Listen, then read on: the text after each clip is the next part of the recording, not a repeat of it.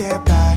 It resides between my eyes. Walked through the fire, came out better on the other side. See, life's like a beach if you find the sand. And right now, I feel like $100,000. You are listening to Inspired Insider with your host, Dr. Jeremy Wise.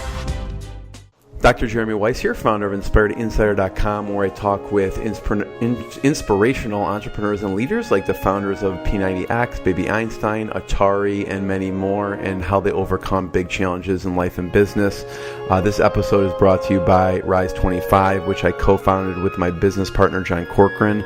Rise 25's mission, we'll talk about Chad's mission, which is like so clear and cut and amazing that, you know, I need to work on mine. But Rise 25's mission is to connect business owners to their ideal peers, customers, and referral partners. We do it in three ways. We help your company completely run and launch your own podcast.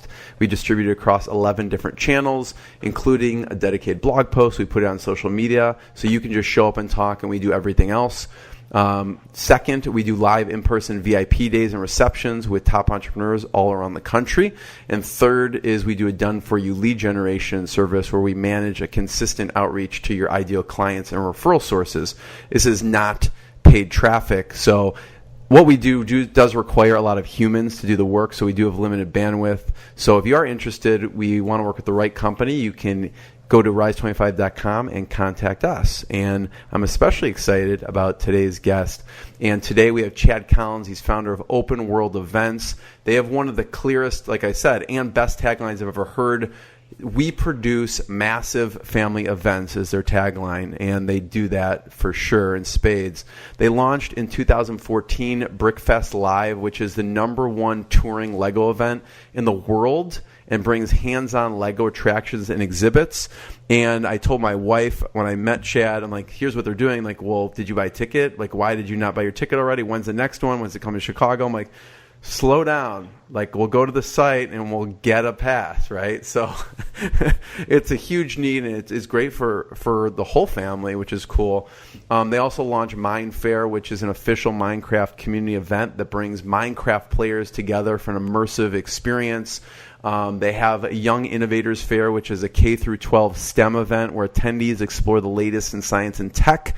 And by the time you listen to this, or you're listening to this, they have a show, ComicCon for Kids, and there's 3 pillars involved with ComicCon for Kids. There's pop culture. It's not how we know pop culture necessarily, but they have top YouTube influencers, which today he sees as events. Like, people will just stand for hours in a line to meet these influencers on YouTube. And the best of their science and tech show and gaming all in one. He also is a Guinness Book of World Record holder. And first of all, Chad, thanks for joining me.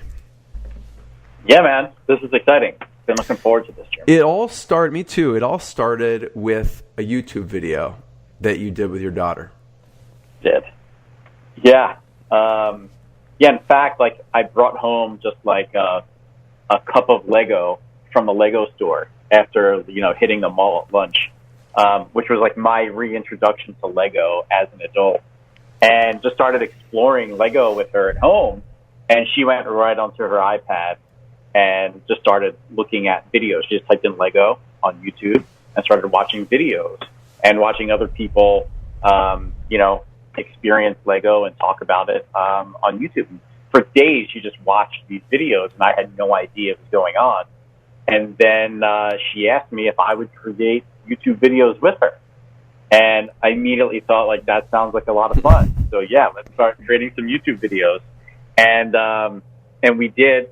We put a couple of videos up. And, like most people, I knew what YouTube was from a content consumption standpoint, but really had no idea what the other side of that was, right, from a content creator standpoint. And kind of like the rabbit hole that we dove into as a result of like her going and searching and asking if we can create a channel, and then me saying, sure, let's do it. Fast forward like 18 months after that first video, our channel accumulated like 12 million total video views. It's amazing. About 20,000 subscribers, and it opened up a lot of different doors for us, just kind of like having a channel and having that body of work that we were able to talk to and ultimately create on that first ever live event. How did you improve on the videos from your first one till the ones you put out now? How do we improve them? Yeah, how do you improve them? Like, yeah. Yeah. So, like, the first ever videos, like, the first batch was literally, like, her version 2 iPad leaned up against the couch and, like, we're in our pajamas on, like, in a playroom, just kind of, like, talking about Lego. Right. And then, like, the more we got into it and the more we began to see how other people were producing their videos and, like, just started researching, like, what video editing software are they using? What can we do to better up the audio quality? And all of those things. And just, like, it was kind of, like, gradually over time. It's like, you know, you get different equipment and your video quality just starts to get better. And we created, like, taglines for ourselves and funny names for ourselves, and we engaged with our audience more. So we just learned this along the way. But really, like, getting started was just, you know, there's a camera that will film stuff. Yeah, and just go for it. Yeah. When did you see a big uptick in the views? Is there something you did in particular to see that? I mean, it's amazing. I was doing some research, you know, before our interview, and I see this old interview of you, and you're on Beyond the Brick, and it just looks like two younger guys interviewing you, and I look, and I'm like, they have 392,000 subscribers on their channel. That is amazing. What were some of the things you did to grow the subscriber base and the views? So we started, like, the second video was really telling. Like, the second video right out of the gate was really a guide on how to get as many Lego bricks as you could into one of these cups. And that resonated with, like, a very specific, like, community, like a sect of, like, the Lego fan community. Because, like, you know, these, like, adult Lego fans, like, want to know, like, how can I maximize my dollar? And the engineer brain in me That's was such like, a great video. That's hilarious. So we put this video out, and in a short period of time, it accumulated like 10, 15,000 views. Wow. And we started getting comments back on our video like, oh, can't wait for the next one. So that was like, wow, like, there's people on the other side of the numbers, which was, like, encouraging. The third video that we posted was a video about how to store all these loose elements that you're getting. And we went on Amazon and we bought, like, this storage unit called Acro Mills was the brand name. And we showed, like, oh, you can put X number of pieces in this drawer and so on. Well, that video went, like, viral inside their company, Acro Mills. And their leadership team reached out to us and was like, oh, my God, we saw you guys' video. We want to send you guys a gift. They sent my daughter Jordan, like, a $50 Toys R Us gift card so she can go buy more Lego and a whole bunch of more storage units. So it was like, wow, we really can, you know, we're really having an impact, and this stuff is getting around, which was motivating. As far as, like, how we were accumulating more subscribers, what we learned in the Lego world, and I think what any, like, toy or unboxing channel would do, is if you could be first to show a new product on your channel, then you will immediately have, like, this authority and become, like, the go-to spot for updates and news. Right. And about, 6 months in or 3 months into creating content, we kind of saw that trend. We saw other Lego channels like, this just came out, or this isn't even, you can't even buy this yet, but here it is. And it's like, wow, like, how's this happening? And then trying to, like, figure out that game. What really did a number for us, we ended up being invited to New York Toy Fair, where Lego invites, like, select members of the media to see all of the Lego sets that are coming out for the next year. And we were able to be invited to that. And now we had all this content, like, we had all this content of stuff no one's ever seen before, uploaded to the channel. And that just kind of, got everything cranking. Yeah. I mean, it sounds like early on, though, you're just answering questions from a consumer standpoint that everyone's thinking, and it just resonates with the community. Yeah, we were, like, scratching that itch that they had. It was like, and they couldn't wait to see what was coming out next. And then we also did, like you mentioned, like, some of the collab stuff where we would either write, like, blog posts for other Lego blogs and then drive traffic to our channel, and even, like, appear in, like, other videos or have other creators appear in our videos. Yeah, and the show itself kind of came about organically. Is you weren't even looking to start a show; you were just looking to find one out there. And there was the event, yeah, and there was nothing out there near you. Correct. I mean, right. We actually wanted to take our channel, right? We wanted to take our YouTube channel, which is called Your Creative Friends, and we wanted to go to a Lego event, and we wanted to show our YouTube audience that you could go to an event and be in a room of people just as enthusiastic as Lego as you are. And being from Philadelphia, the idea was, well, this is the 5th biggest market in the United States. Of course, there has to be a Lego event nearby. And the closest one was actually several states away. And that was the moment where I was like, wow, like, the only thing we could find were like small library events, but there wasn't anything like on a large scale. So it was like, well, if there's nothing on a large scale, like we already made all these connections through the growth of our YouTube channel, why don't we like ask all of our friends if we hosted an event, if they would participate? And it was all verbal, you know, hey, we're thinking about doing this Lego event, you know, would you guys be in? And it was like, you know, affirmation all the way around. We reached out to our contacts at Lego. They support events that have an adult fan of Lego element. We got their buy-in and then secured a venue, put tickets on sale, and then, you know, and then, yeah, now here we are, several different events, and, you know, 20 plus. You know, what were your expectations? So I know what ended up happening, but what were your expectations for the first event? How many people were you predicting were going to show up at the first Brickfest Live? So we went to, so the first event ever was at the Greater Philadelphia Expo Center. And I went and I had a meeting there and I was able to look at their space. And one of the halls they had, it's called Hall D, and it's about 20,000 square feet of space. And it's a lot of space. I was like, you know what?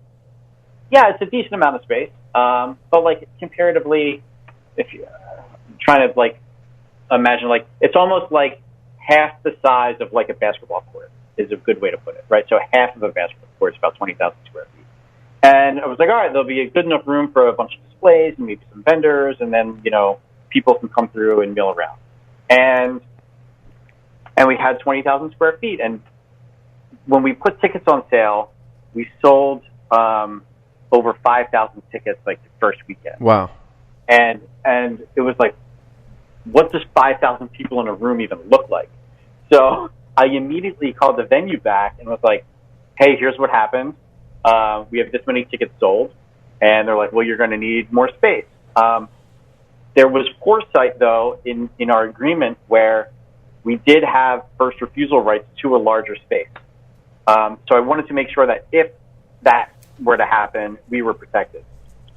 So we quickly upgraded to like the larger room, which was like 75,000 square feet, and ended up, you know, filling all that. Then we were able to open ticket sales back up and sell more tickets at that event. But so like the expectation, it was really unknown. It was like, okay, we'll get this small room, and I know I can fill it with content. I don't know much about how to sell things online or ticket sales or anything like that, so we'll see. And then once we saw that there was like tremendous enthusiasm, then it was like, wow, we're on to something here. At this point, you're working a full-time job, though, right? Oh, yeah. Yes, I am, which required a lot of travel. Yeah, I was happily working a full-time job. Yep. And so what does your life look like leading up to this first event with, I mean, you have a family, you also have a full-time job. I mean, just one of those alone is a lot of time.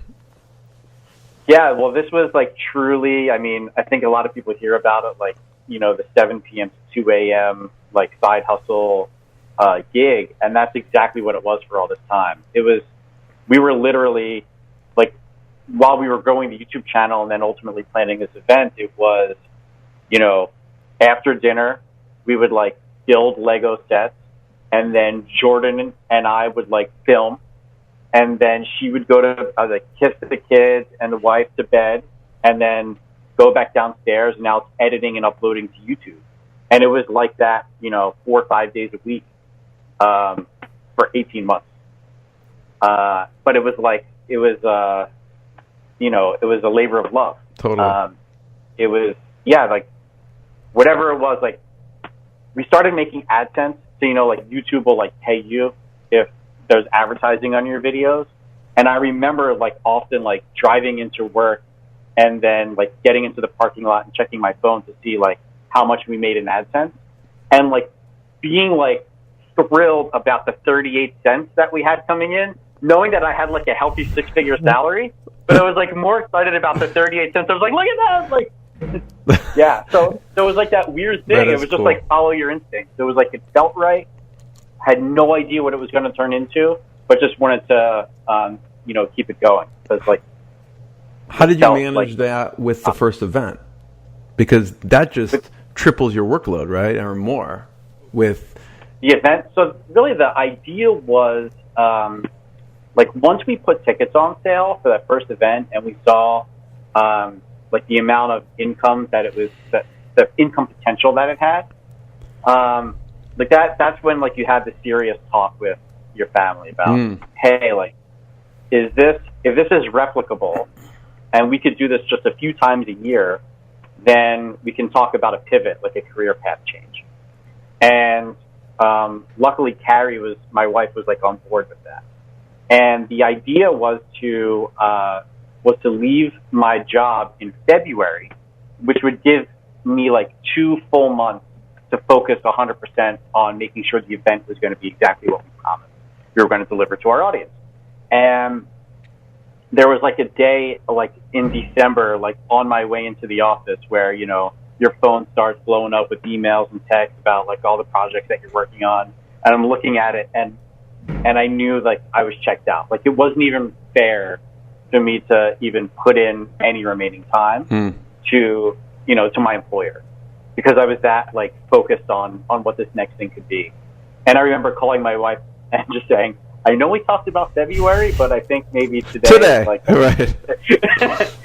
and you know, she was like, you know, if what you're saying is true, like that's great. And she's like, if you're telling me my life isn't going to change, I'm like, for the short term, I can tell you nothing's going to change. I don't know what the future is going to bring, but worst case, you know, I go get a job again.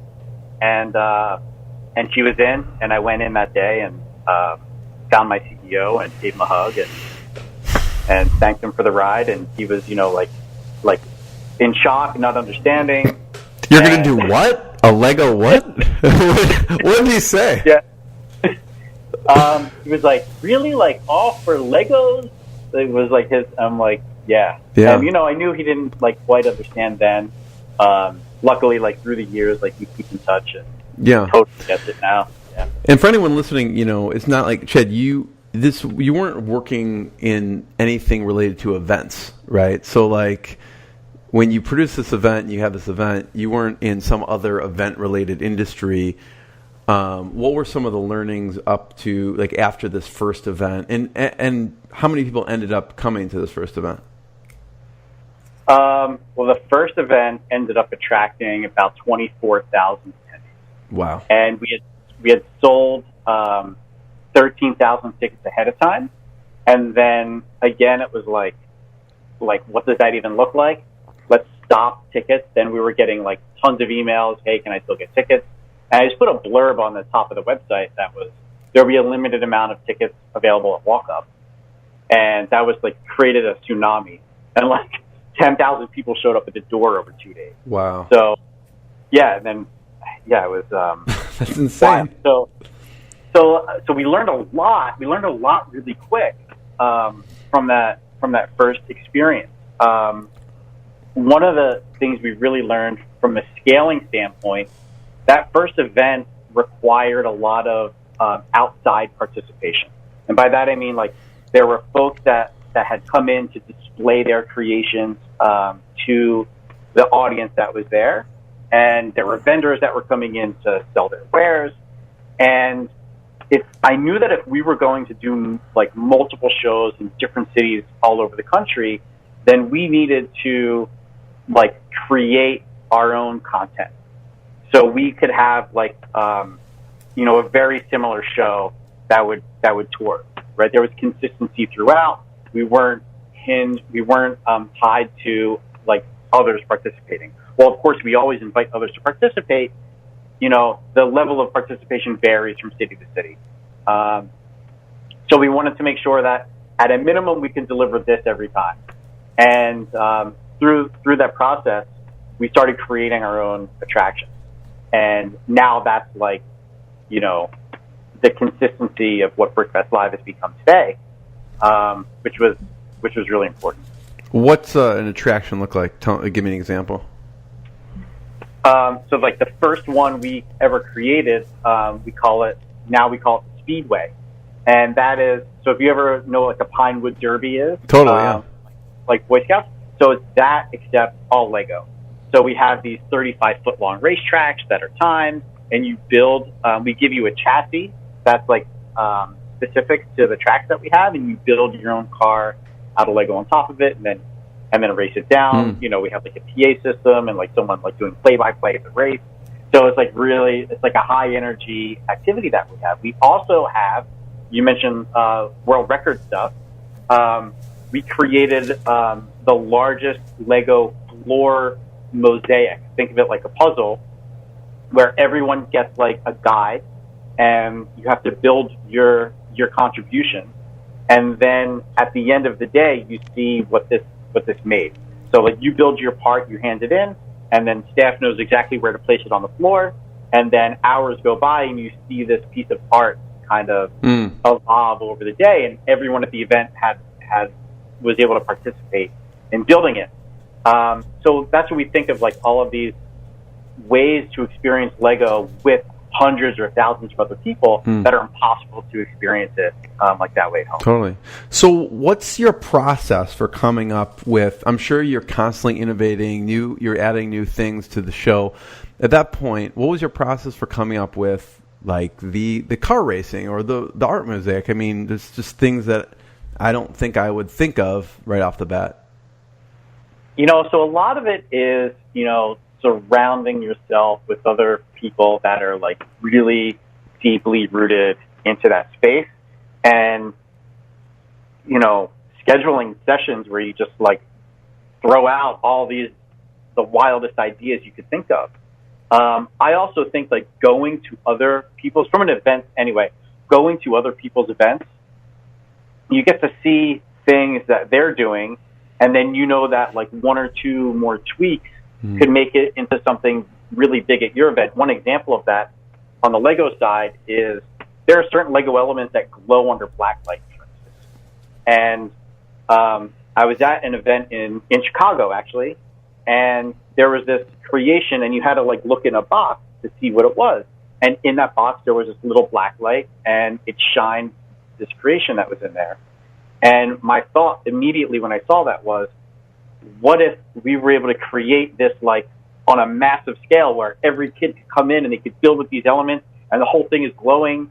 And we created that. So now we have what we call Neon City, where it's like, it's a building experience that's under a black tent. We hang black lights in it, and we purchase, hundreds of thousands of bricks that shine under the black light. And now, like, you would never be able to do that at home, but now, like, at the event, cool. You're building in this way. And again, it just came from seeing something that was somewhere else, and then how could we make it bigger? How can we make it an immersive experience? So when you have these brainstorming sessions, what's the craziest thing that has actually come to fruition?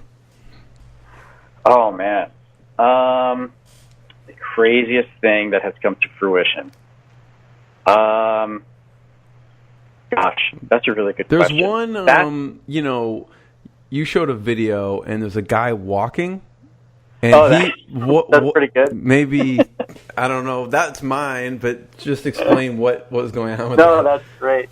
Yeah. That's great. So that was at Philadelphia BrickFest Live, and there's a world record that can be set for the longest Lego firewalk. So if you know what a firewalk is, now imagine like pouring like Lego on the ground and walking on it, right? It's like a big joke in the Lego community, or any parent, like, oh my God, stepping on a Lego is like the worst thing ever.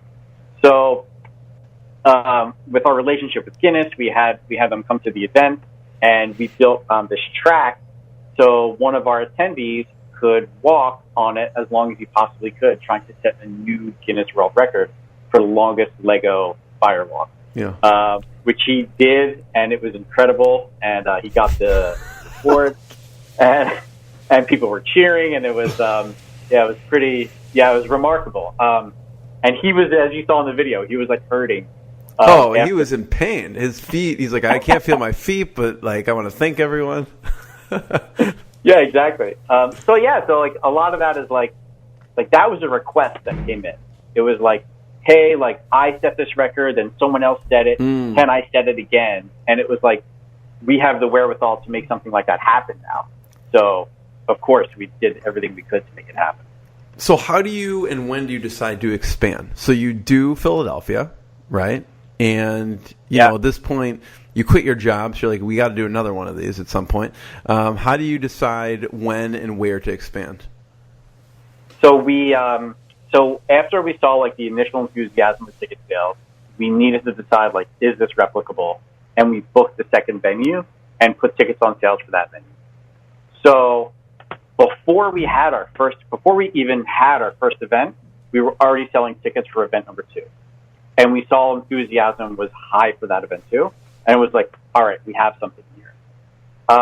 Then it was, we found 3 other cities that first year. So we did BrickFest Live 5 times in 2014. And then, that's super ambitious, Chad, because like if anyone has put on even a small scale event, it's not easy to do. And these are, you're talking about tens of thousands of people, Yeah. I know, sometimes from the outside, it's like, wow, tens of thousands of people. It's interesting, like when you're in it, you never really think about it. I think like if I thought about it like that, I would have scared the bejesus out of myself. But yeah, it was just an operator's mentality, an implementation mentality. It was like knowing what the end needs to look like and all the things that you have to do to get to the finish line, and just doing it over and over again. I talk about this a lot, where like the more you could document and process, like the easier everything becomes. And the more you could train others to kind of take on some of these tasks, the more you can step back and like work on the bigger picture. And, that first year, I think we had like a small team of 5 total people, and was able to do some of that with them. But when we really started getting going, when we started rolling in Young Innovators Fair and we started rolling in Minefaire, the only way that was possible was to find someone else that was extremely talented, and I was able to bring in. We started another company. I brought in a co-founder to produce these other shows, and his name's Gabe Young, and he's critically important to this story, because without him and without the experience that he brought, there's no way we would have been able to scale to 23 full-time employees now. Operating multiple events, allowing me the headspace to think of like the crazy ideas like you're talking about, and having him be able to like operate the day-to-day operations of the business. So I want to get into that, the co-founder and skill set, but go back to so where do you decide to expand to? What cities for BrickFest Live? Oh, we did like North Jersey, so like the New York area was number 2. We did Cincinnati. And we did West Palm Beach, and there was another one that first year. Denver, I think. Maybe it was Denver or Houston. I forget that first year. But then now we know for BrickFest Live, like Pasadena, Denver, Houston, Philadelphia, Sacramento, like those are like our hotbeds. Like we know that like California, Texas, and the northeast part of the United States, and then Denver, like in the middle, like that's like the normal tour now for BrickFest Live. You have Chicago too, no? So there's a different Lego event in Chicago called Brick World. Okay. But we bring Minefaire to Chicago. Got it. September. I knew there was something in Chicago. So what were you looking for, like skill set wise, in the co-founder? Well, initially, it's funny. Like initially, I reached out to Gabe, and I was thinking about like a different event. I was thinking, like, what else is there big enthusiasm with? And it was like, fantasy football is really big. I knew Gabe had some ties into some people with the NFL. So it was like, let's leverage connections, let's have a little skill set. And so we started going down this path of creating like a fantasy football show. And through that process, his wife asked him to take his son to a Young Engineers Night at the local high school. And at that event, he went from classroom to classroom, and they did little science experiments. And he was able to see how engaged his son was. So the next day, we're like driving to a meeting with ESPN, and he's telling me about this experience he had with his son Jaden. And he suggested, like, what if we did like this massive like science and tech event? And I was like, that sounds amazing. And we just started riffing on that. And what he said then, he said, that's one of the secrets you have with BrickFest Live is it's not like one like fantasy football enthusiast buying a ticket for them and maybe now they have to get their friends, because you're selling an experience to the whole family, so they're all coming together. So it's instead of like one sale, you're making 3 or 4. He goes, that's part of the secret sauce. That's why these events are successful. And we just like kind of went down the rabbit hole and then decided to pivot. So we never did the fantasy football event, and we put all of our energy on Young Innovators Fair, and we spent a year building that show and then launched it January 2016. So how did you know Gabe? So Gabe and I are neighbors. And we ended up, before we did anything like this, it was like we were both outside playing with our kids one day, and the neighborhood was like fairly new, and we're talking about like a block party. Oh yeah, we should do a block party. And then like the next day he sent me an email. He's like, hey, let's do that block party thing. Like, all right, great. And then we went out to lunch, and then like that was the first event we ever planned together, was like our neighborhood block party. And yeah, so like that was like the beginning really of our friendship, and then we've been able to expand it. So. Going back to Chad, you like Gabe said, when you sell a family experience and when 1 or 2 people come, they bring the whole family. You have some things that you do that's kind of a wow experience for past attendees. And you talked a little bit when we were at Brian Kurt's event, and I don't remember what you called it, if you called it like sending someone a golden ticket or something like that. What do you do around that? We give them first dibs at like coming to the next show. So when we launched Minefaire, let's say we'd already done several events back in. I know exactly what you're referring to, so I'm going to get to that. We did several events in Philadelphia, and then this new show, Minefaire, we were going to launch in Philly.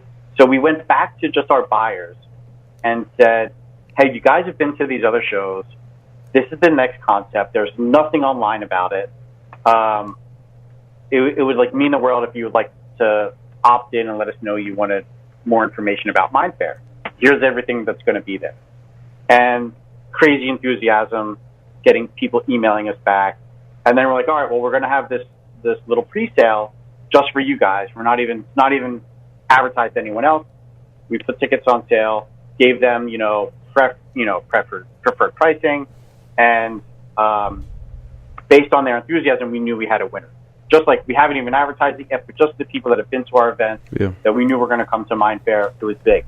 Now, what we have done is as we've gotten closer to an event and we've been there before, we created a loyalty program where if it's like a week before the event or 2 weeks before the event, they haven't bought a ticket to this next show yet, we may send them a ticket in the mail, like because we have their home address, and say, here's a ticket to Minefaire. We know you were at the Lego show that we had last year. It'd be great if you were to come, but if not, pass this to someone else that is enthusiastic about this event. And that's worked out really well too. Not only are they saying that, are they seeing that we care about them as a past buyer and we're giving them this free gift in the mail, but also if they do come from a financial standpoint, we know that they're probably going to have to buy additional tickets, and then they're going to support the vendors and so on that we have. Yeah. Yeah, I mean, that stuff, anything involving families, kids, moms, I mean, it spreads like wildfire. Like if we're going to this Brickfest Live. We'll go too. You know, that stuff spreads like crazy. It's interesting because like we noticed that like our walk-up ticket sales are always stronger on Sunday, even though we have higher attendance on Saturday. And it's completely predicated on the fact that all the moms are on and they're just like sharing the heck out of what they're doing that day. And now their friends are seeing, there's Minefaire at the convention center. Like, we should go tomorrow. Right. And that starts happening. Yeah. You also do some interesting things, Chad. It's not just, an experiential thing, but you have like these YouTube celebrities come. Talk about how that works in the midst of the show.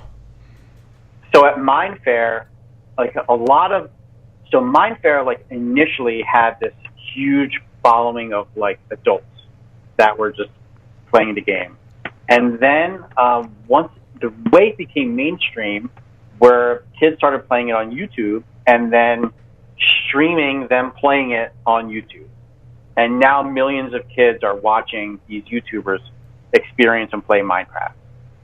And we knew that part of the Minecraft experience at a live event was being able to bring some of these YouTubers, these influencers in, and providing like that meet and greet experience for them. Here's what you have to know, like, so these kids that are 7, 8, 9, 10 years old, those YouTubers are like what the most famous like sports athletes were to us when we were growing up, right? Like I would watch Mike Schmidt, right, for the Philadelphia Phillies. Totally. Lenny Dykstra, Mike Schmidt, all those guys. Yeah, exactly. Yeah, John Kruk, right? So it would be like me going to an event and like having all of these sports legends there that I was able to like, we didn't have selfies, but imagine like I would be able to get a selfie with or get an autograph. Well, now we're able to provide that type of an experience for these kids. What's interesting is their parents have no idea who these YouTubers are, but their kids are dragging them around like, oh my God, we have to go meet Unspeakable, who's one of the most notable Minecraft YouTubers. We have to go meet him.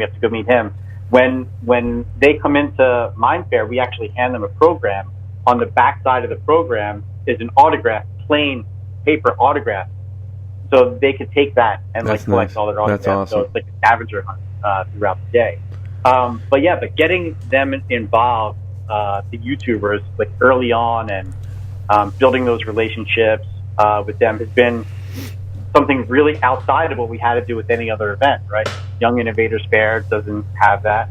Brickfest really doesn't have that, so there are some notable personalities there, but nothing like what we've done with Minecraft and what we're going to now do with ComicCon Kids. Yeah, and so, Chad, so you started, it was the idea because you were producing these YouTube videos with your daughter. So tell me a little bit of what's your daughter's role now and how does she involved in the show? So she'll be the first to tell you when you meet her that like, this is all because I want to do YouTube, right? So she takes like full credit, rightfully so. Yes. And at the event, so at Brickfest Live, she'll get up on our stage and we have trivia that we run with the audience, and she gets up there and she'll run trivia and she'll get the crowd cheering.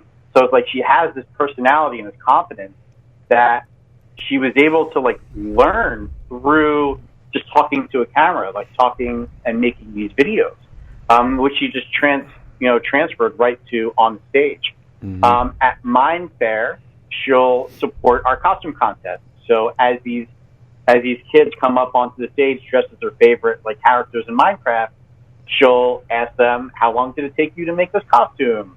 Are you having fun at Minefaire? And she'll like MC that. So now that's her role like at the event. Right. Once the event business, the production company, started to take shape, our YouTube channel, it was like the opposite. we really stopped focusing on creating YouTube videos. So there's like hardly any new video content that goes out anymore, unless it's like, sizzle reel stuff. From the show. Yeah. Yeah, show stuff. But there's no more, like, Jordan and I aren't, like, unboxing Lego sets anymore and talking about the features that we like. Though she is, like, still totally into Lego, which is great. Like, her birthday's coming up and her list is, like, loaded with Lego sets. What's interesting is, even at an older age, people don't have the opportunity like that. She's speaking in front of tens of thousands of people. So what skill sets and teachings maybe she doesn't realize she's learning that you see, or that you're having different conversations with her as a parent because of you've almost started this business together? Yeah, she absolutely has a different outlook on what just life in general can offer you, and really what you make of it. She, her teachers will come to, like, the events that we have locally, and they'll see her, like, on stage, right? And she's blown away by it. They're blown away by it. Her principal will have her speak in front of the whole student body, right, when she was in elementary school. And, she knows, like, I get asked, like, well, is Jordan going to be part of the business, when she's done school, or are you going to, like, hand this down to her?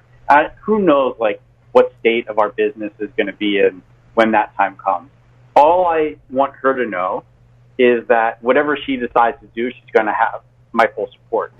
And she knows that by watching this thing happen, that there's no limit to what can be achieved.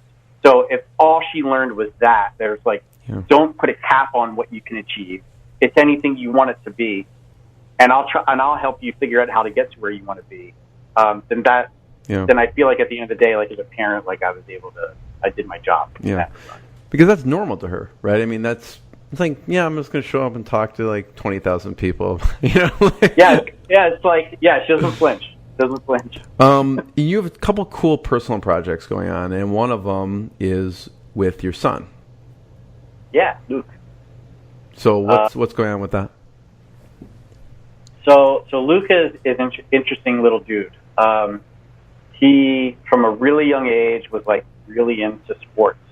And the first baseball game I ever brought him to, I was standing, like, in the outfield at Citizens Bank Park, right, Philadelphia, and he was, like, 4 years old. Chan-Ho Park was a pitcher for the Phillies then. He's, like, messing around in the outfield, and I'm sitting there and I'm holding Luke, and he looks up and he, like, shows me the baseball and, sees Luke. He's, like, points to him and tosses the ball up, and I was like, look at that, Luke, you got a baseball, right? Now, I've been to hundreds of games as a kid, and as an adult, never got a foul ball, never got a toss-up. I've gone early for batting practice, would die to have a baseball, right? Here's his first ever game, little kid, right? He gets a baseball. And we would go to more and more games, and he would remember that, and he always wanted to be the first one in, and I'm going to ask for baseballs. And over the years, now he's 12 years old. Since then, we go to hockey games, baseball games, he gets pucks tossed up to him. He's amassed a collection of, like, 60, 70 baseballs and hockey pucks from different games we've been to all over the country, right? Because we will go, if we're doing a show in Denver and the Colorado Rockies are playing, we're going to go to the Rockies, right? And he created, like, this list of tactics that he uses on how to talk to baseball players and get toss-ups. So the other thing you need to know about Luke is that he needs a little extra help at school. So for reading and writing, he gets taken into another classroom, and if there's a test, he'll maybe have some questions read to him because he has a hard time with that part. Math, he's like, rocking it.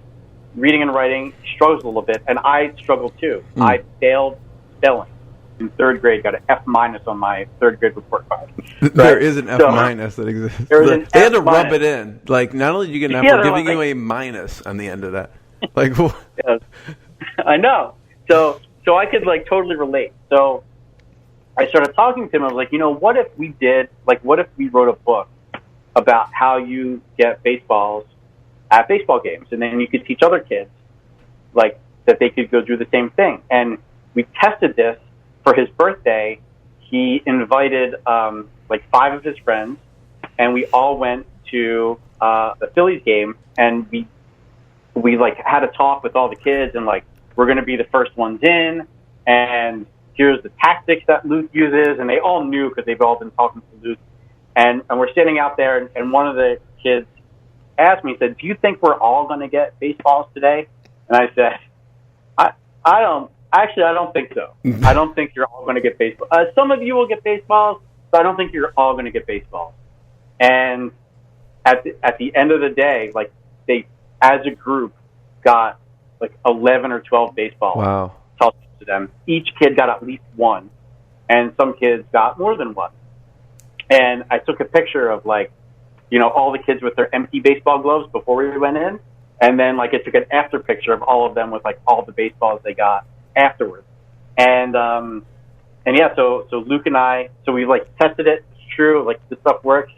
And the name of his book is going to be Catching Manners, because part of like his tactics are saying please and thank you and excuse me. And that's worked well for him. He's had players, where a bunch of kids are saying, hey, throw me a ball. And he's saying, can you, please, can I have the ball? And a player would say, who said please? And Luke would wave his hand, and he would get a toss up. He would say thank you, and then he like starts to build this rapport over time.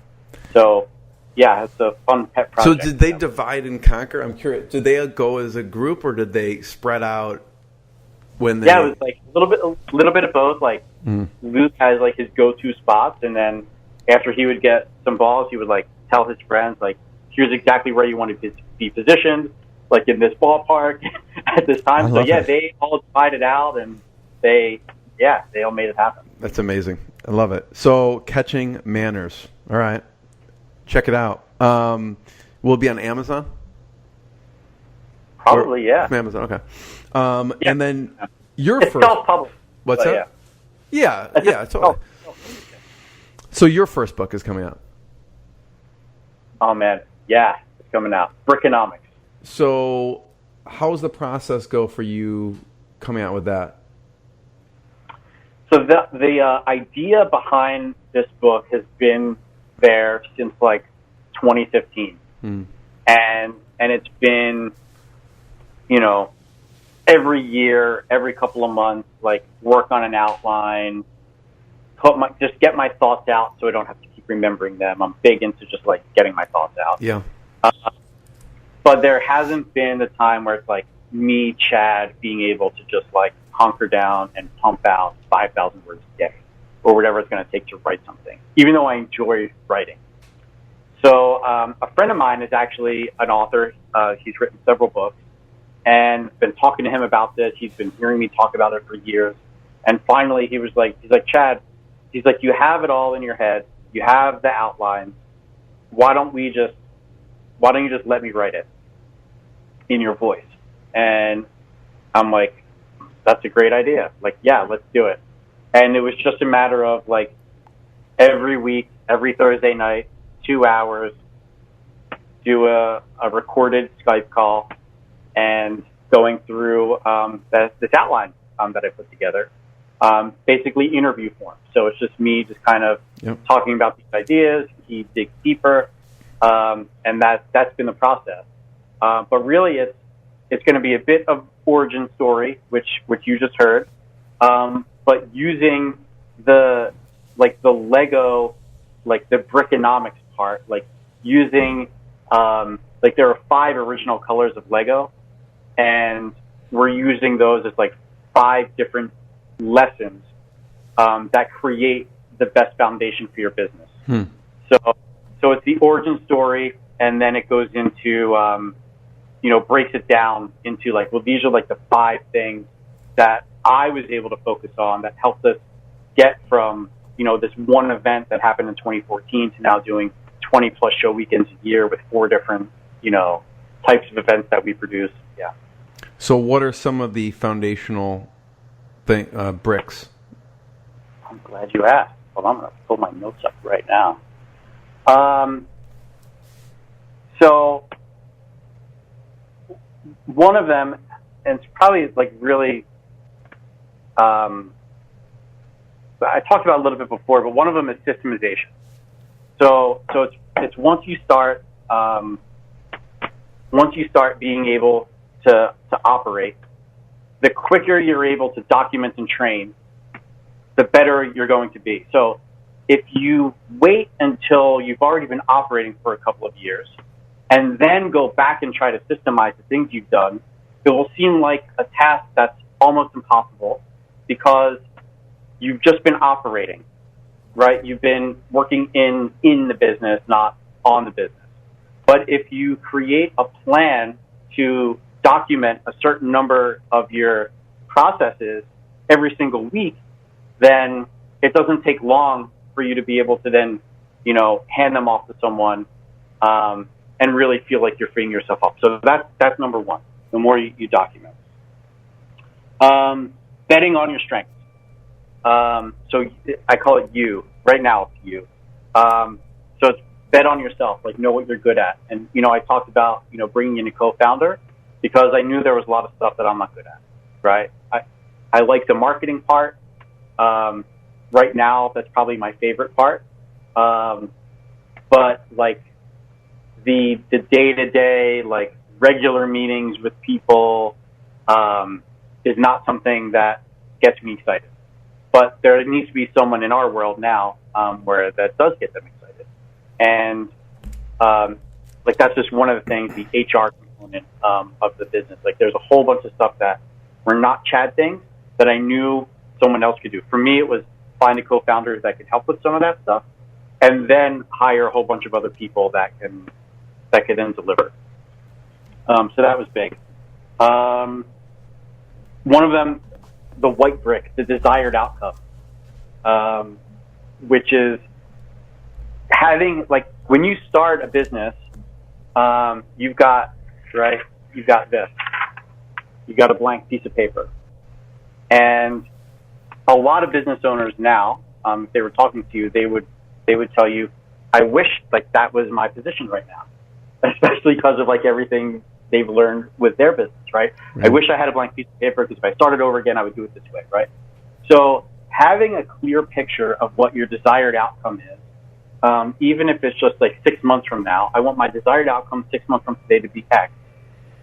And having a clear picture in your mind and having conversations about it with people in your network or bouncing ideas of that is so important.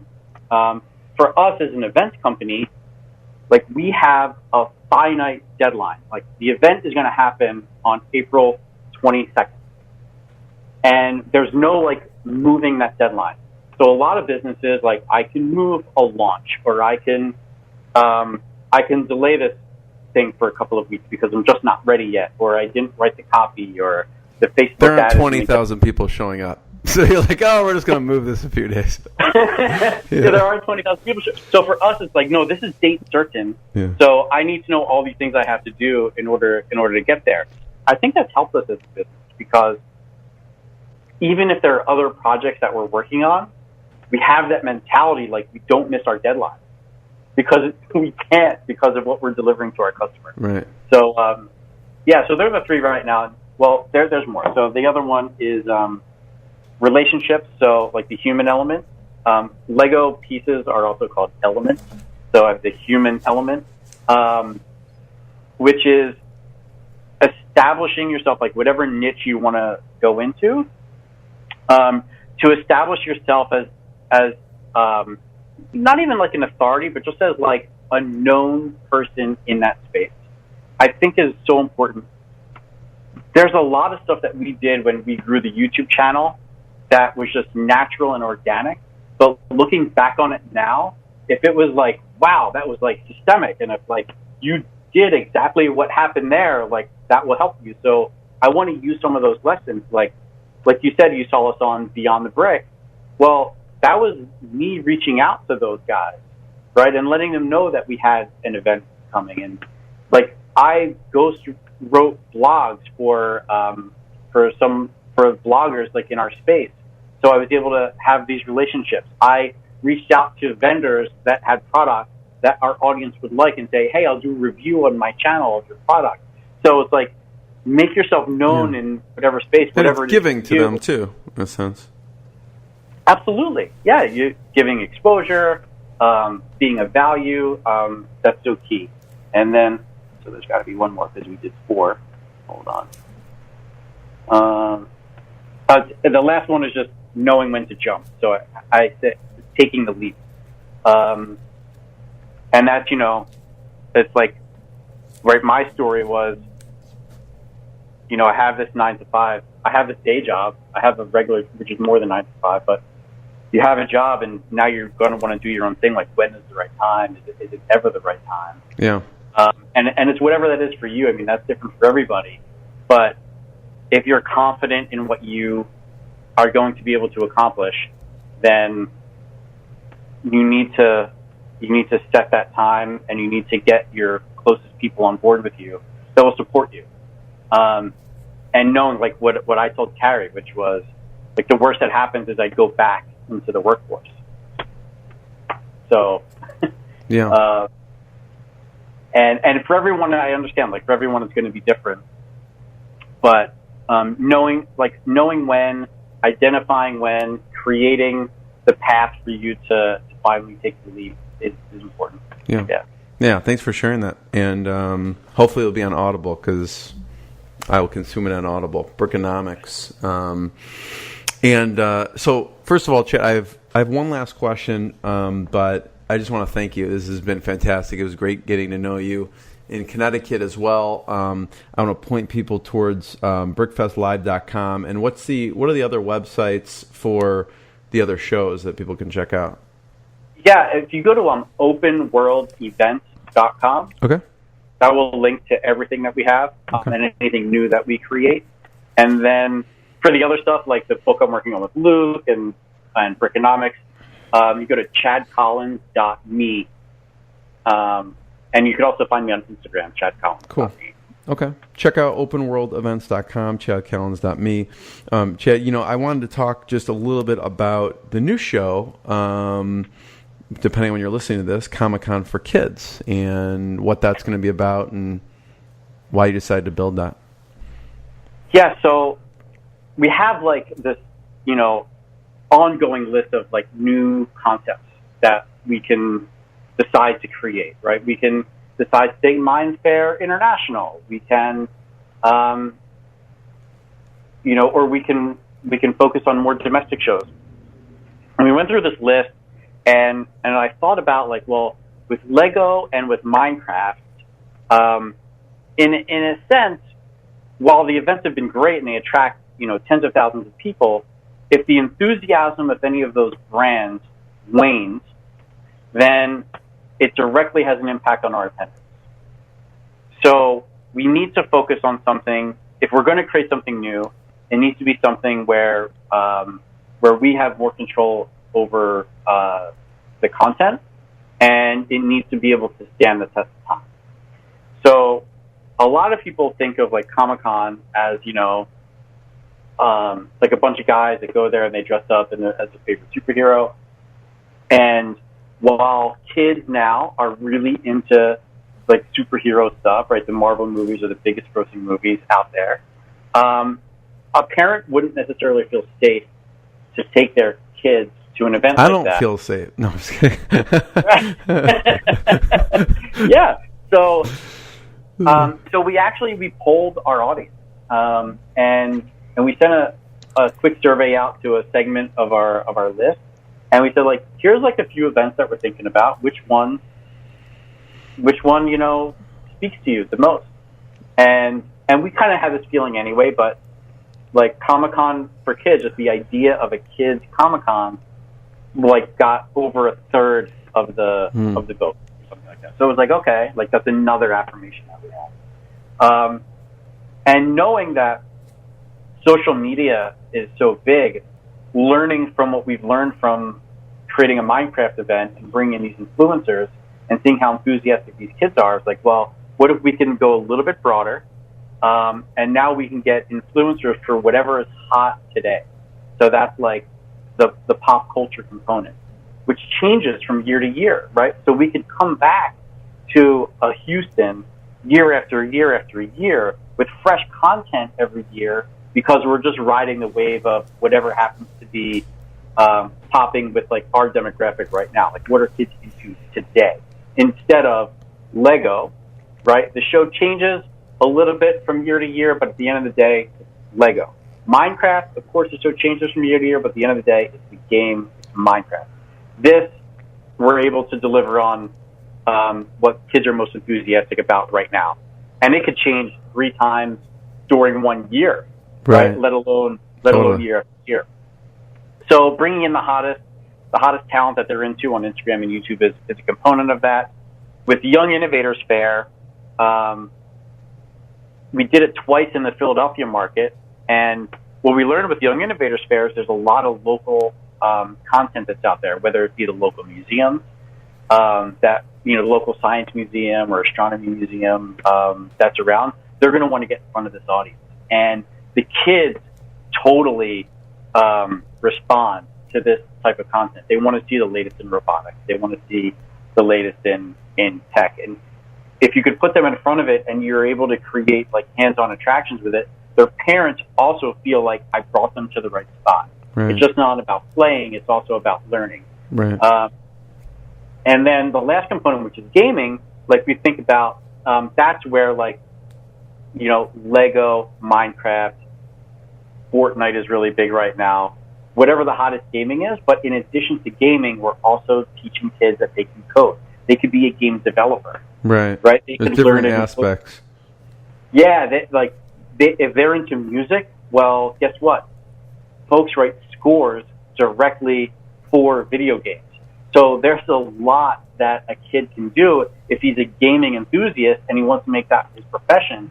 Like now more than ever is a time to focus on that. And I believe now more than ever is the best time to create these experiences for families. The more kids are diving into their devices, the more opportunity there is for a parent to say, let's go do this thing because we can experience it together as a family and we're not sitting on the couch just in our devices. Totally. Well, Chad, I want to be the first one to thank you. Everyone should check out openworldevents.com and everything else he has going on. And hopefully by the time this comes out and after, check out Brickonomics, his book, and even Catching Manners from his son, Luke. Chad, thanks again. Dude, Jeremy, thanks so much. Thanks. Great. What I got, you can't buy. It resides between my eyes. Walked through the fire, came out better on the other side. See, life's like a beach if you find the same.